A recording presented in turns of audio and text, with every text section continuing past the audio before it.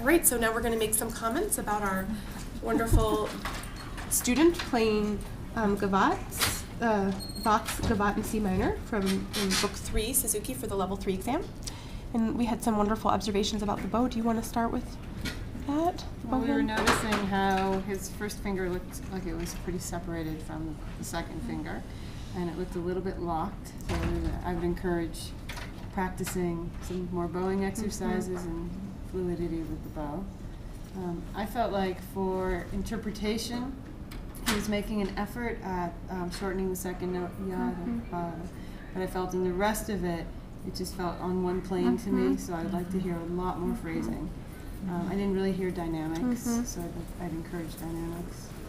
A couple of things. At this level, I'd be looking for a little vibrato and also a slightly faster tempo for this piece. I felt like the tempo, it was a little bit stuck and prevented the piece from really flowing. And I also noticed there was a little bit of a bend in the wrist in the left hand, that if it raised the elbow maybe one more inch, that would straighten it out and would help him with the vibrato. But there were certainly some good aspects to the performance as well. He did overall mostly a pretty nice job getting the flats. There were a few pitch issues here and there, but I thought he's working in that finger pattern and in that key pretty nicely. I thought he sounded like he was going for a beautiful tone, and he was getting it most of the time.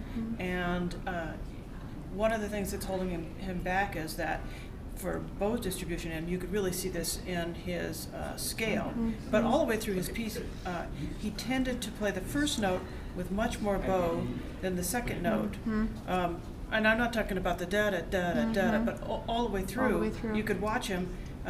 So I think it's important for him to learn a little bit more about waiting for that first note, having a slower bow, so that he would have more bow for the second note. Yeah. Because he sort of ran out of bow pretty consistently. And that's probably one reason why we couldn't hear any of the phrasing, like the crescendos and diminuendos, because he didn't have enough room Yeah, left. he just ran out of bow. Yeah. Cool. All right. Well, great comments.